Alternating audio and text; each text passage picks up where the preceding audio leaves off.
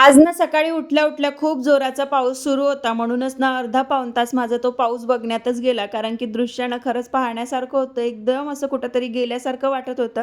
त्यामुळे खिडकीत बसून माझा अर्धा पाऊण तास चालला गेला आणि रात्रीच ना मी कारले कट करून ठेवले होते. त्यामुळे ते बरं पडलं. इथे ना मी कारले आणि कांदे एकत्र शिजवून घेते. थोडंसं तेलामध्ये जिरं टाकते आणि दोन्ही पण एकत्र करून छान त्याला तेलामध्ये शिजू देते. त्यानंतर त्याच्यामध्ये मसाले टाकते आणि नंतर काही वेळाने थोडंसं टमाटर टाकते आणि नंतर परत झाकून ठेवून काही वेळाने मग जेव्हा शिजत येते ना, तेव्हा साखर टाकते.